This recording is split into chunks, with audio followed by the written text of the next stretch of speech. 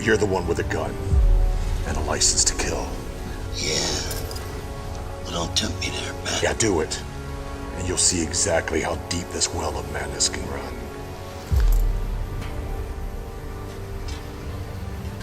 What if I told you that Batman once vanished, not just from Gotham, but from history itself? And what if the man behind the cowl, Adam West, carried a secret performance so obscure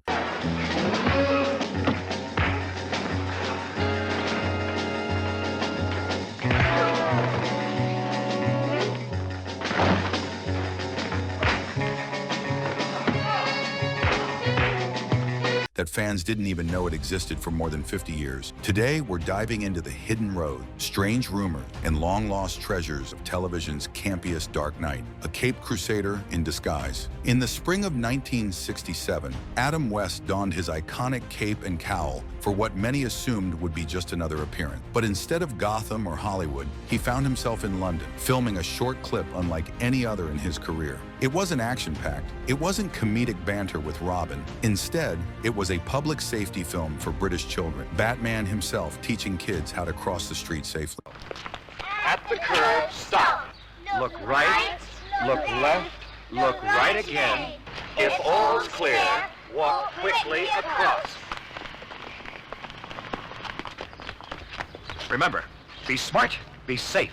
For decades, this unusual film was thought to be gone forever. Collectors searched, archivists combed through footage, but no one could find it. Then in 2018, like something out of Batman's own detective stories, the real resurfaced. When it finally played on a screen again, fans were stunned. There he was, Adam West, speaking earnestly to children, giving practical advice in full costume. It was a reminder that even the silliest version of Batman carried an unexpected seriousness. But how did Batman even reach this point? Crossing continents, appearing at mansion parties, sparking cultural panics, and almost burning out as quickly as he rose. The journey to Adam West's Batman is a story as wild as any comic book adventure. The origins that nearly weren't. Long before West slipped into the Batsuit, Batman's television fate almost took a completely different path. In 1964, Ed Graham Productions had locked down the rights. Their plan? A straightforward Saturday morning adventure for kids, filmed in the same mold as the 1950s Adventures of Superman. Well, well, look who's here again. I told you I'd be back. And now I'm going after your brother inside that cube. Yeah? You want to bet? I wouldn't advise either one of you to try and stop me. NFL linebacker Mike Henry. Place for a woman. I'm not just a woman. I'll vouch for that. That's fine. But you're both going back in the morning. Now, what about the boy? What boy? Best known later for playing Tarzan, was in line to be Batman. By 1965, CBS was on the verge of greenlighting the series, but then the deal collapsed with the scripts being shelved and the cameras never rolled. Ironically, that failure may have saved Batman from a bland future. Had the show gone forward, Batman might have been trapped in the box of generic children's programming. No campy comedy, no pop art explosion, no cultural mania. Just another forgotten costumed hero. The Playboy spark, the real turning point, came not from Hollywood studios, but from the unlikeliest of places, Hugh Hefner's Playboy Mansion. In 1965, Hefner organized screenings of the old 1943 Batman movie serials. They weren't played as serious thrillers. They were treated like comedy, with audiences laughing, shouting, and treating it like a party game. Even the New York Times took notice. Suddenly, what was once a dusty relic looked fresh and ironic. Columbia Pictures jumped on the opportunity, recutting the serial into a massive marathon called An Evening with Batman and Robin. I have the curious feeling this is all some kind of literary plot. Let's outwit him, Batman. Let's refuse to bite. We must, Robin. College students packed theaters, cheering and mocking the low-budget fights. The fad convinced ABC executives that Batman wasn't outdated at all. He was ready for a comeback. ABC's gamble. Then came Yale Udolph, a young ABC executive with a lifelong obsession with the Caped Crusader. Oh, Commissioner Gordon. No, I swear, I didn't... I'd never...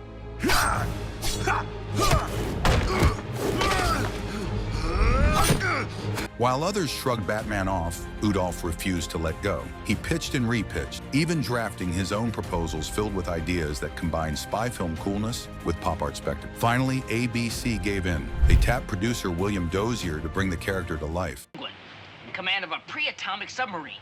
Grave situation, Robin. If only we knew what he was up to. What he was... Holy Polaris! But Dozier had a problem. He didn't get Batman. When he read the comics, he found them too ridiculous to play straight. Bat shark repellent, surfing competitions against the Joker. To him, it screamed parody. So Dozier leaned all the way into camp. Neon-colored costumes. Bam! And pow! Sound effects flashing across the screen.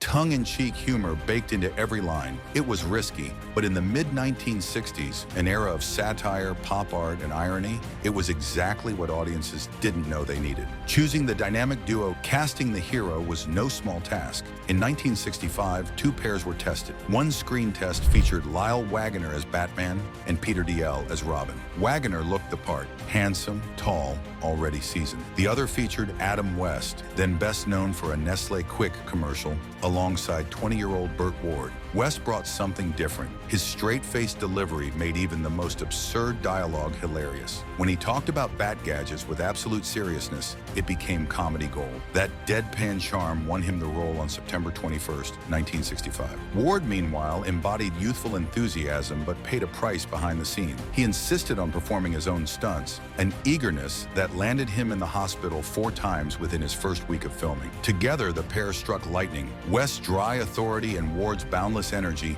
gave audiences the perfect mismatched team. Supporting them were veterans like Alan Napier as Alfred and Neil Hamilton as Commissioner Gordon, who anchored the show with classic gravitas, Shadows over Gotham. But not all attention was welcome. The specter of Dr. Frederick Wertham's infamous 1954 book, Seduction of the Innocent, still haunted Batman. Wertham had accused Batman and Robin of being psychologically homosexual, claiming their crime-fighting partnership sent dangerous messages to boys. Those whispers returned in 1967 when TV Radio Album published a piece titled The Whisper Campaign Against Batman and Robin. Though the article outwardly dismissed the claims, it slyly compared West and Ward to Liberace, the pianist once accused of being secretly gay. Networks started panicking. Suddenly, Batman had to prove his heterosexuality. Scripts were rewritten to emphasize Batman's interest in women. Publicity teams worked overtime, showing West and Ward as manly, family-oriented figures. It was a bizarre irony. A show thriving on camp humor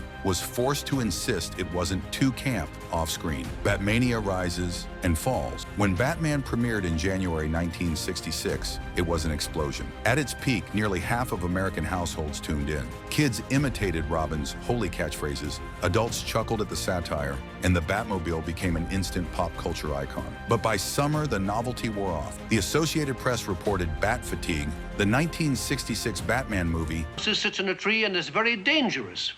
A sparrow with a machine gun. Yes, of course. Now, combine both answers. What kind of creature would gobble? meant to reignite interest fizzled at the box office. By season 2, ratings plummeted to 34th place. Not even an endless parade of celebrity guest villains could save it. By 1968, ABC pulled the plug. NBC briefly considered rescuing the series, but it was too late. The Batcave and sets had already been bulldozed. Without them, rebuilding would cost what today would be millions. Batman's TV reign ended abruptly. Hidden chapters and lost stories. Even as the show faded, Batman's world kept spinning off curiosities. The Batboat, an expensive prop built for the film, was hardly used due to budget limits. Leslie Gore, who played Catwoman's sidekick, There he is, pussycat. Do your duty. He's kind of cute. Say, why'd you get me involved in this anyway, Catwoman? Well, Batman has his protege, and you're mine.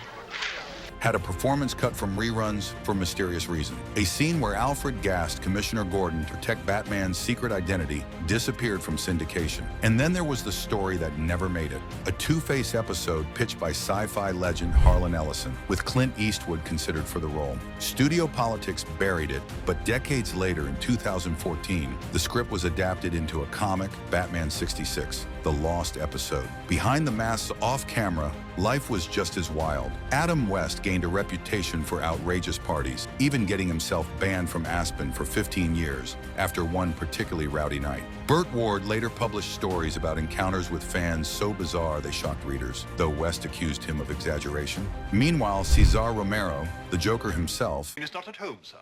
Too bad. I'll get my revenge later. Right now I'll settle for cash. Where's the safe?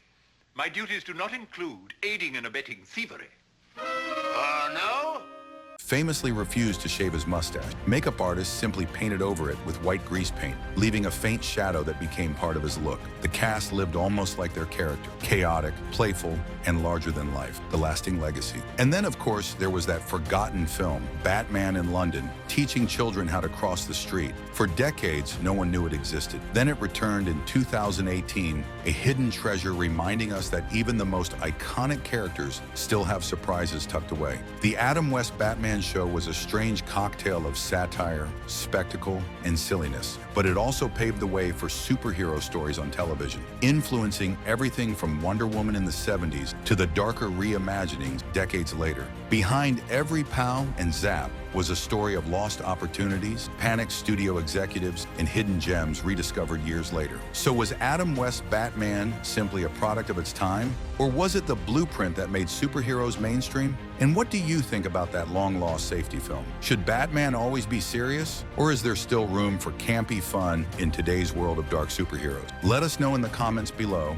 And don't forget to like this video and subscribe to the channel for more hidden stories from pop culture history.